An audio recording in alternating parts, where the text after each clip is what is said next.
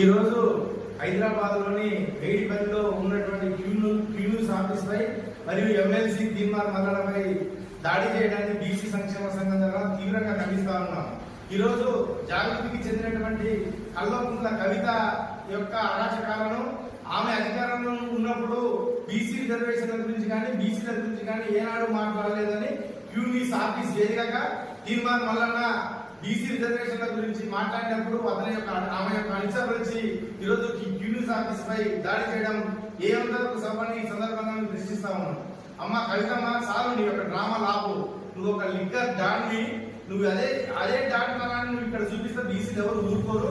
ఈరోజు బీసీ రిజర్వేషన్ల గురించి కొట్లాడటానికి తీర్మానం వల్ల నుండి బీసీ సంఘాలుగా మేమందరం ఉన్నాం. మాకు సరిపోతుంది, మీరు ఇలాంటి ఉద్యమాలు చేయాల్సిన అవసరం లేదు.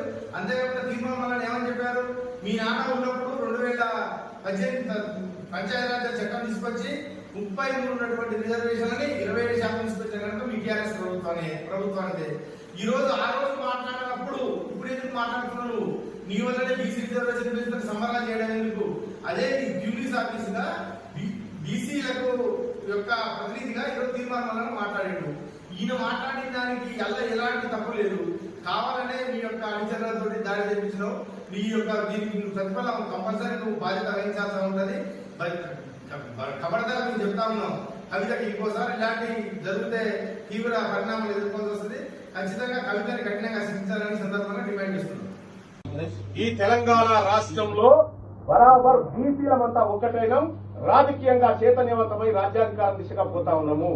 ఈ ఉడక ఊపులకు, ఈ హత్యాయత్నాలకు ఇక్కడ ఎవడు భయపడడు. ఖచ్చితంగా దీన్ని ఎదుర్కొని తీరుతాం, ప్రజాక్షేత్రంలో ఎండగడతాం.